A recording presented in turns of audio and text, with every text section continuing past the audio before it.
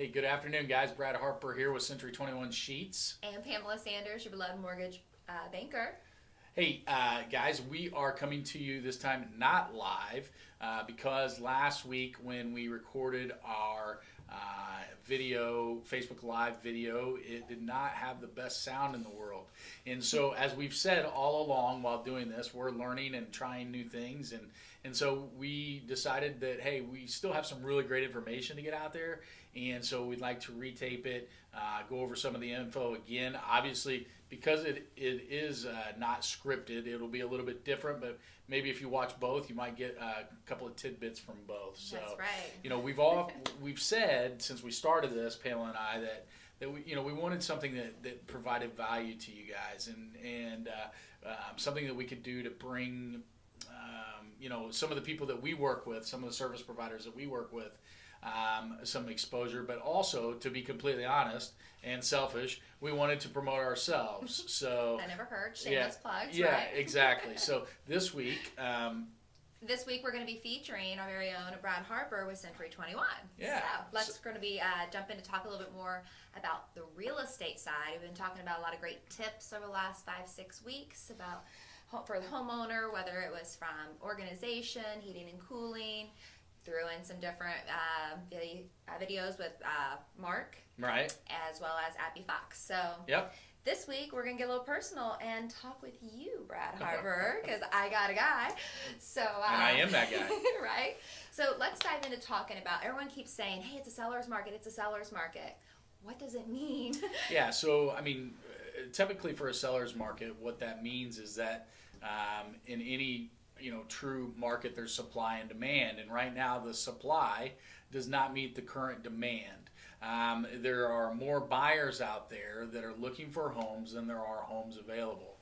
That's brought about by a couple of things, right? So first and foremost, especially in the markets that I work primarily in, sort of Washington Township, Zionsville, Fishers, Carmel, kind of up through the corridor, Westfield, the builders and that are building homes and new home sales are what really drives the real estate market growth. And the builders have not been in a situation where they can, they're not building spec homes anymore. They're not building a lot of first-time home buyer homes anymore. And so it becomes really difficult to for the lower end buyers to find homes that they like.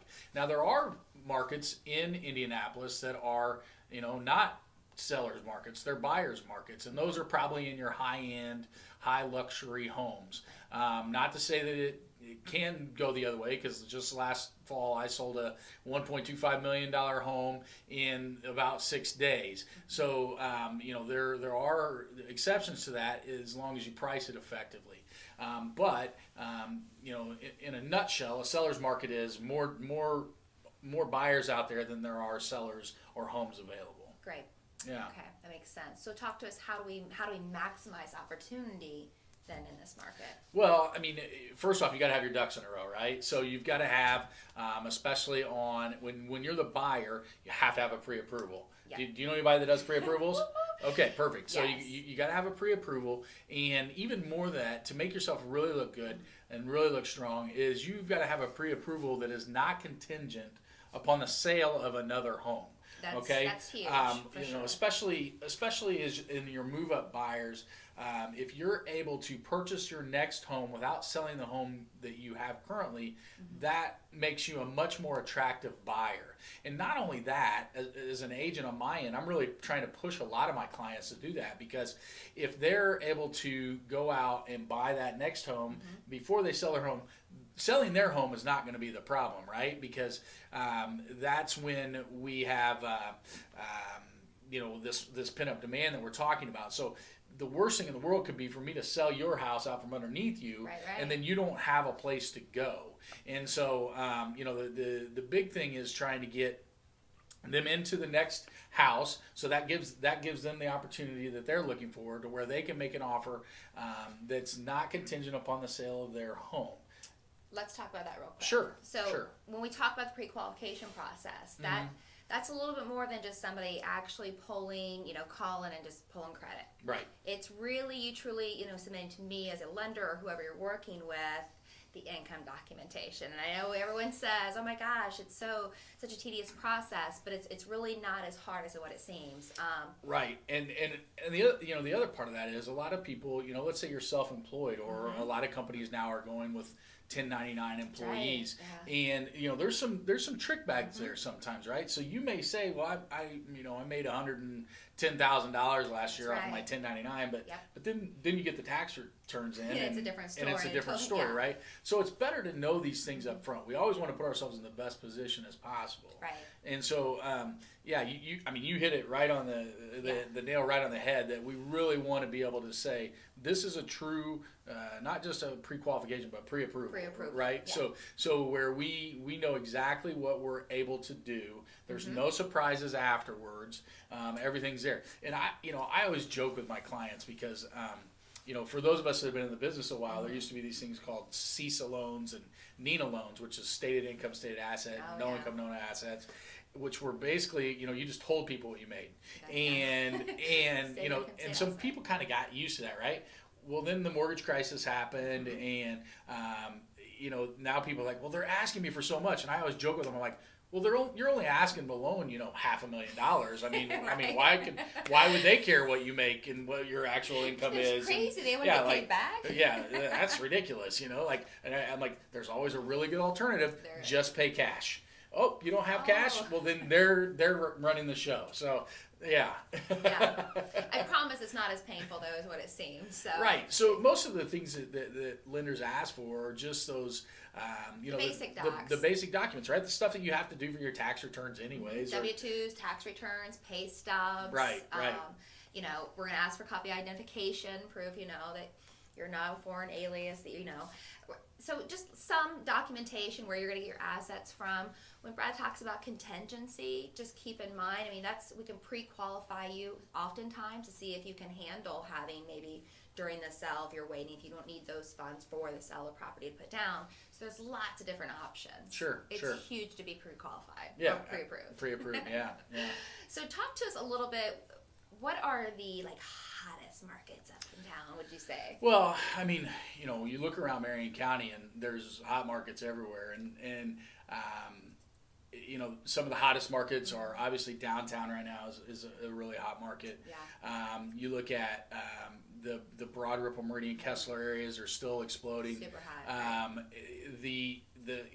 If you look at where good schools are, those are always going to be your hottest markets, right? So Carmel, Westfield, Zionsville, Fishers, those communities are consistently rated the best schools, and they're also always the hottest markets. And so it's where people want to live. And not all people, but most people, a lot of people want to live there, and a lot of that is because of the school systems. And so school systems really drive the hottest marketplaces. It really does. Yeah, absolutely. I feel like that little sweet spot where houses are really flying, like 18, 19, 20 showings are in that 150, 250 range. Yeah, 150 to 300 are like, if you're priced effectively, you're getting 15, 20 showings in the first day or two, and you should be, if you're priced effectively. Right. If you're priced effectively, yeah. Well, guys, I love the fact we're getting to know a little bit more about the market. You're part from a realtor perspective, but you're also a Marine. Can we talk a little bit about that? Because you weren't just always into real estate, so I'd like to let people know a little bit about that side of your life. Yeah, well, I've it's always one of those weird things talking about yourself, but one of the things when people find out you're a veteran, they say thank you for your service, and for a long time I didn't really know what to say to that, and over the last, I'm maturing as everybody does over life. I'm sure my wife would say differently, but one of the things that I kind of started to say, and I learned this from another veteran. This isn't myself, but he said, it was my honor to serve. And so I do tell people that, when they say, thank you for service, and I always come right back with, is my honor to serve. And that kind of plays into, real estate also. I love serving people. I stepped away from real estate for a while and went to work for a nonprofit. And during that time, I was once again in service, but I really missed real estate. And when I came back to real estate, I was able to understand that I can still serve people and serve those other communities that are marginalized or need social justice missions, even through real estate, whether that's through fundraisers or time or just bringing awareness to my clients. And so, real estate has been very, there's a joke about, not a joke, but one time Sammy Sosa got interviewed and they were talking to him about baseball, and he said, "Baseball been very, very good to me." And I feel the same way about real estate. Real estate has been very, very good to me. I love it. So, yeah, cool. All right. Well, on that note, you guys, if you are looking or wanting to get in touch with Brad, give us your digits. Yeah, 317-331-8818, BradHarperLovesIndy.com, Facebook, Brad Harper Loves Indy. It's gearing up for the spring season, so time to talk. Yep, let's make it happen. Thank you guys so much for joining us. We're looking forward to getting some more out to you guys in the next few weeks. Thanks.